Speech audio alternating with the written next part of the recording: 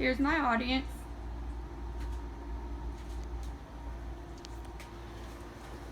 Okay.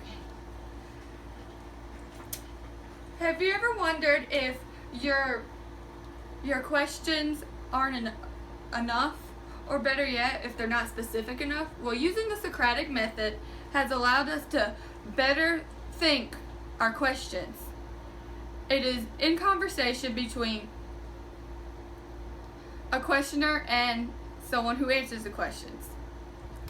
It is named after the famous Greek philosopher Socrates, who discovered it during his lifetime, according to Sandy Chapman. It is a very disciplined process that takes time to learn.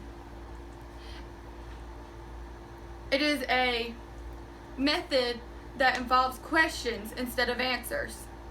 It is also the oldest teaching of critical thinking because of its depth and questioning, according to R. Paul. It is the most famous, but the least understood. When defining the Socratic method, people explore outside their comfort zones. A person uses other people's insights to improve their idea, according to Norman Padnode. In understanding and truth of the Socratic method, it is better developed when the person becomes the questioner. Once flaws are found, they can be improved knowledge, and the person can then create new questions, according to Maxwell. You must also listen to other people's comments on your idea because of the importance of their opinion. This builds up our critical thinking by answering these questions. Socrates defined ideas, making this method relatable because of the ideas being things such as justice and friendship and much more. And because it's so common, everyone can do it. But it's more than just asking questions. A person must have common sense and common speech. The method increases understanding through inquiry. And the two different dialogues of this method are the classic Socratic method and the modern Socratic method. According to Max Maxwell, the classic Socratic method uses reform questions to discard pre-existing ideas.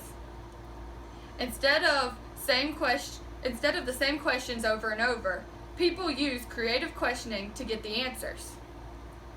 But however, it is a failure unless the answers are satisfactory. It's a deconstructive process that breaks down.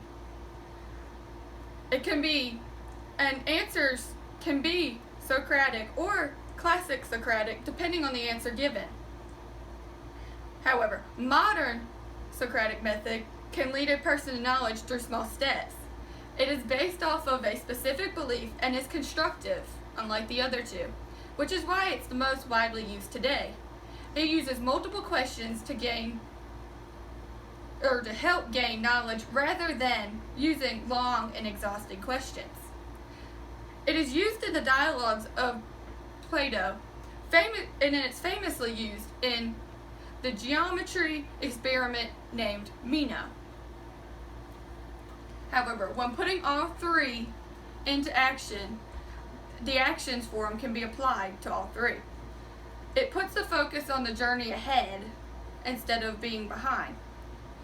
One must stay on topic and not get distracted by others and their ideas. They must use their own thinking rather than others, and they want to figure out questions that they want to ask before presenting. They need to become the student and let others be the teacher. After questions, they need to find out what needs to improve and then re-ask the questions in another way. Listen to the feedback of others to find the right questions to ask. According to Christopher Phillips, Gregory Filastro was a Socratic scholar of philosophy that believes in the Socratic inquiry. He says that it is the best thing that's ever happened to humanity. That's because he says that Socratic inquiry is a common human enterprise open to every man, which is not far from what Socrates describes, which is common sense and common speech.